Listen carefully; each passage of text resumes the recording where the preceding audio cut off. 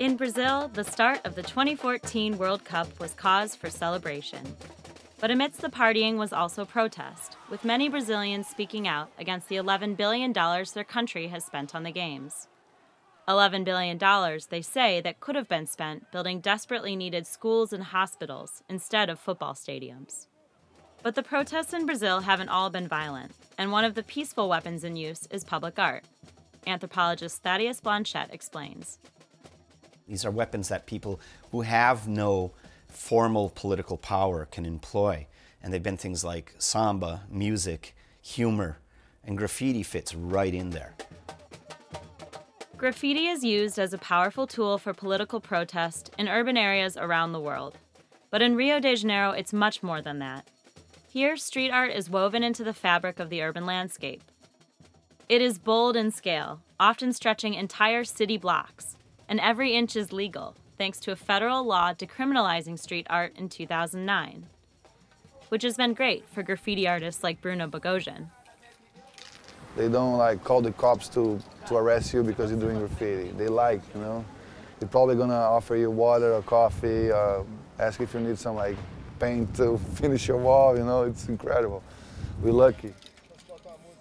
This widespread public support has led some graffiti artists to become advocates for social change. And as the spotlight shines on Brazil this month, 78 graffiti artists have packed up their spray cans and traveled across the country to Rio for the first day of the World Cup. But these artists aren't here to protest the Games. They've come to fill a kilometer-long city block with murals, all protesting domestic violence. Have you ever done any paintings for domestic violence or women's rights before? No, never. It's the first time, and I think it's going to be cool. I'm really proud, and yeah, it's a different experience. These graffiti artists may not look like typical women's rights activists, and on most days they're not. But today they've been brought together by street artist and activist Panmela Castro. Graffiti is special because when you do art in your room, in your home, in your atelier, it's just for you, and sometimes you make a show, exhibition, some more people see it. But when you do in the street, you are communicating with everybody. This is an old one too, from 2009, I think. Panmela is recognized as one of the best graffiti artists in Brazil. But her work stretches beyond the streets of Rio de Janeiro and Sao Paulo. Her paintings can be seen all over the world, in places like Berlin and Paris, as well as in the United States, in New York, and even in Madison, Wisconsin.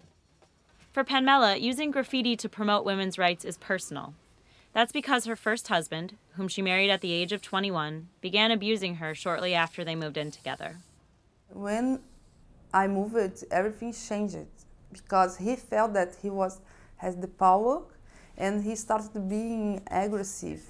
And what happens in the end of the week, he beat me. Panmela is not alone.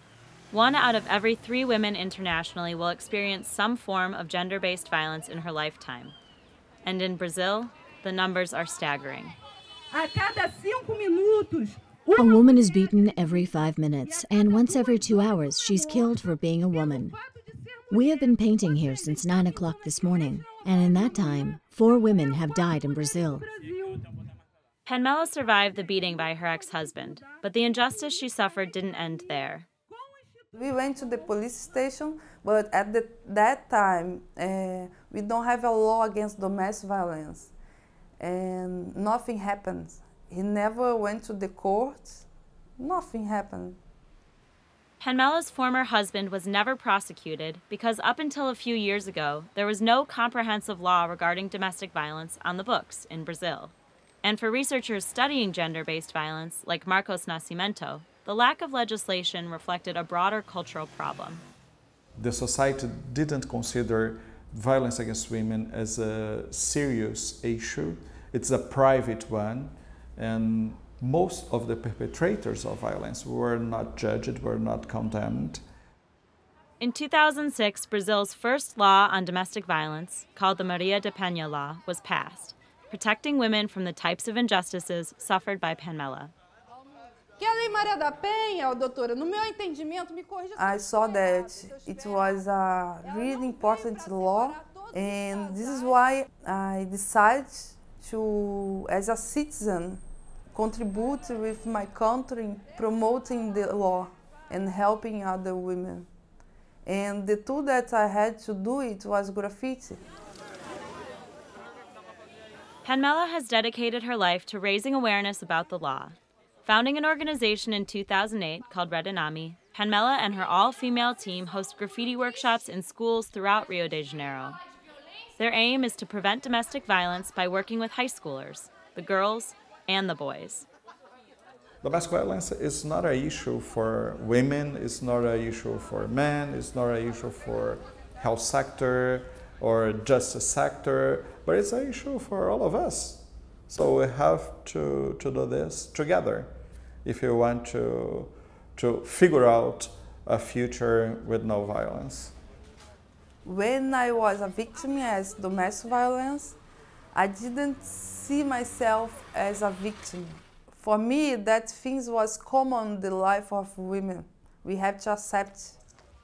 In this process, I learned that the things can be different.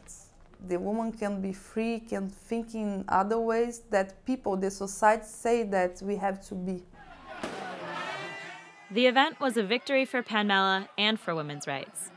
But at the end of the day, the artists put down their spray cans to celebrate another national victory, Brazil's first game win of the 2014 FIFA World Cup.